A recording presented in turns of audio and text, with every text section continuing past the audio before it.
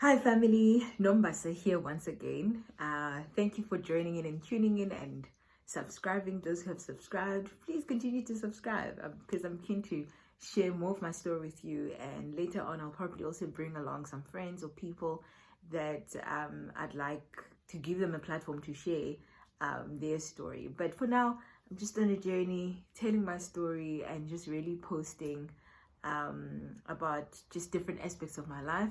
And for now, this episode is forming part 2 of what had started in episode 1, on just continuing with my journey on how I was drawn to music and just the different influences.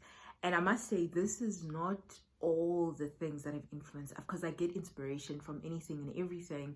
And there were just different things that were highlighted at different stages in my life in terms of drawing my interest in music.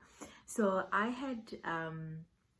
with regards to music, I've told my background about my grandmother, Miss Luti, and just watching when I was still very young, watching Rebecca and Mom Messi Pakela on stage. I always forget this, Dr. Rebecca Malove and Mom Messi Pakela and Vuyo Mugwena on stage, and just the thrill I got from that. And I also just told the story about how I in primary school, how I was eager to join, and about the guitar group as well, that I got to be a privilege. And that's where actually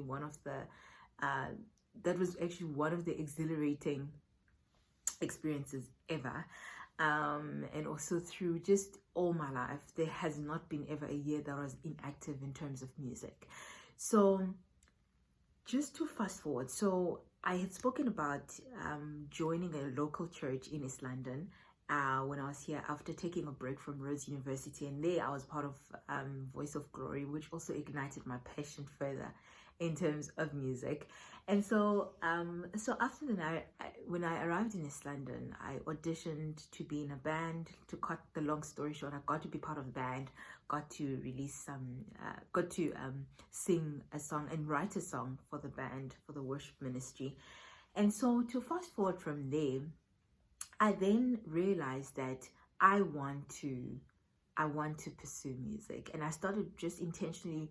First, the songs I wrote were sort of gospel, and those haven't made it to the recording studio or the list of recording studio. I think I'm hoping to write them for other people, because my focus in terms of music is not gospel. But I mean, although some of my songs are gospel themed, and I'd like to think that they do minister to some extent to people. I know there's a song of mine, you can follow my music channel, but if you just Nombasa Makoko on YouTube, there's a song called Sivu Selele, and that's literally a prayer to God. I am a born-again Christian, by the way. I have to put that out there. And so just fast forwarding from that and joining the worship team, and that how inspired me to write more songs. And I started teaching myself certain chords of the guitar. I'm not a guitar player, by the way. I've let that go. I don't know if I'll ever pick it up again, but it's always good to be able to just know the basics for me, so that I can, produce music.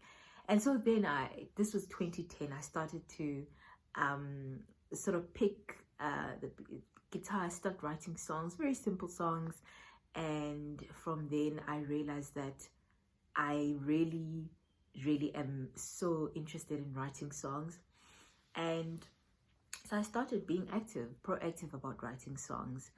And but that really didn't occur to me to be serious about recording them. I've always had a dream of recording, but I've never at that stage I was just focusing on work, because also I wanted income and a bit of direction. And the defining moment for me of really knowing that, one of the defining moments is that in 2014, Msaki, Msakarina, yeah. So Msaki, she used to go to a church that I went to in Grahamstown, and so sort of our circles rotated towards each other. And so I got to meet her and be in the same circle. And she actually, she had released her EP, I think, And then we hung around and we spoke about music and how I was so scared of like quitting my job because I really like I don't know how this music thing is gonna go. And Msaki was like, come sing with me at the National Arts Festival in Grahamstown. And Grahamstown is home, you know. And so I was like, what, are you serious? You know, and I mean, back then she still had a way smaller audience, you know. But I mean, she's always been like such a passionate person about music, you know, very, very serene, quiet. But you always saw her work ethic and you realized that this girl, I always knew that this girl is going for. I think I remember listening to her the first time in it was in Vincent Park, some restaurant, and Uberita was actually there as well, came to attend. And so I just saw her, I looked at her, I was like, there's something about her, besides the music, but just something about as she sings that takes you beyond the music. And it just felt right that I was like, I was in the right space at the right time to just experience that. And so what happened, in 2014, then she said, come sing with me. And so I went. I was like, I'm gonna take this, took a bit of leave from work and went to the National Arts Festival.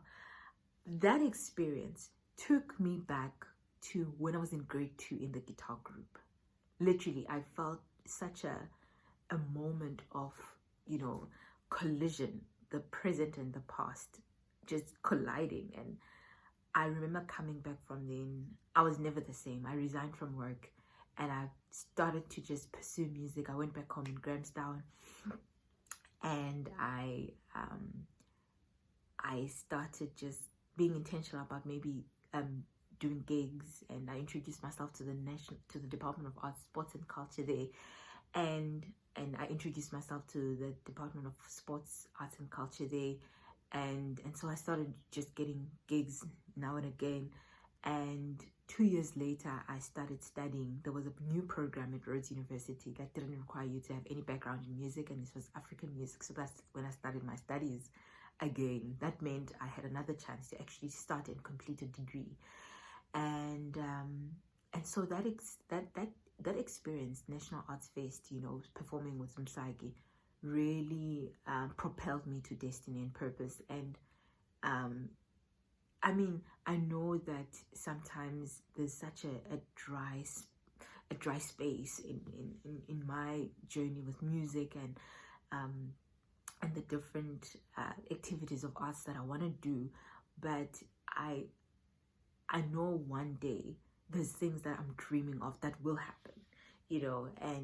And as a result, so 2017, 18, 19, I was, you know, doing an undergrad degree in music, and it really opened my eyes, just also being in the music department. And so while I was in Grahamstown, having come back and resigned from my job, I actually I had a band, so would play now and again, and I also went, you know, played at the National Arts Festival in 2016, and that experience was nice. I mean, it was stressful because I was new to the space of being able to handle a band.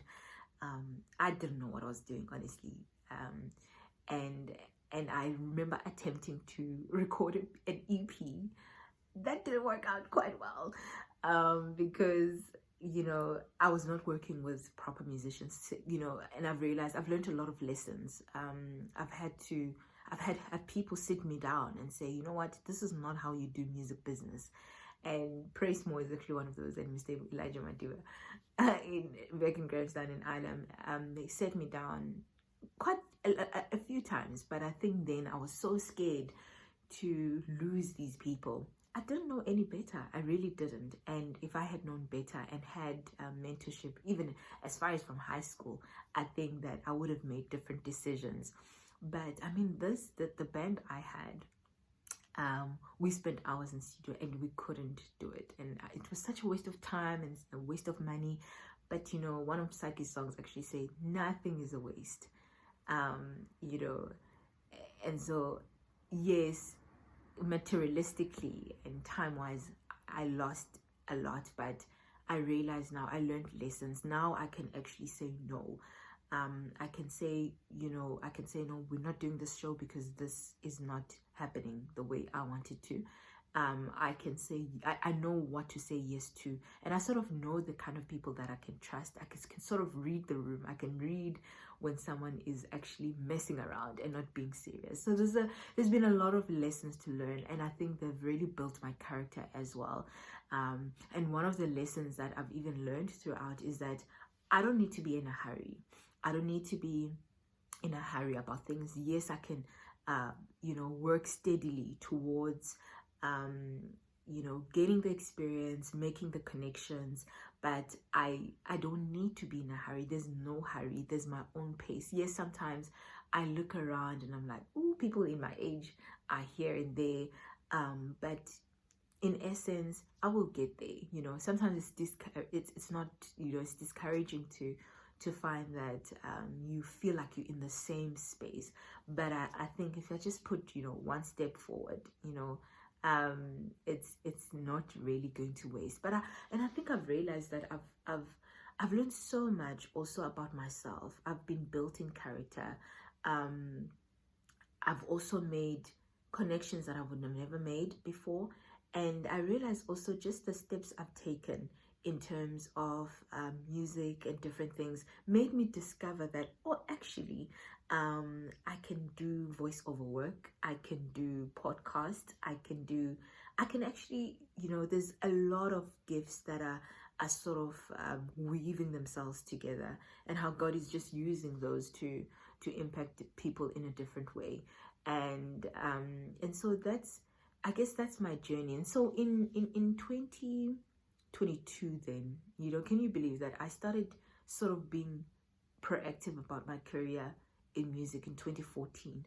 But I think I only got serious gradually. It was a gradual thing. And I remember my friend Praise More saying, you need to record your music. And it has been something I wanted to do. And there were a lot of challenges, because also in studio, I get very nervous, because also you get to hear your raw voice. And so Praise has been so great, because he played a huge role in the recording of my EP in terms of the vocals. Mr. Elijah as well. But Praise sat with me and was basically the one who arranged the vocals, because, as much as I do sing, but there's some weaknesses I still have, and I'm embracing them and realizing that I need to be humble enough to ask for help, and Praise did a remarkable job in weaving together me being able to lead, because I've never also had the experience of leading songs. I've always just sang, and so he was of great help in that, and just the process and seeing it, unravel itself. And so, yeah, the EP is a beginning of greater things. I can tell you that much. There's more songs. There's actually, I think I've got close to 30 songs I haven't recorded. And don't ask. It needs money.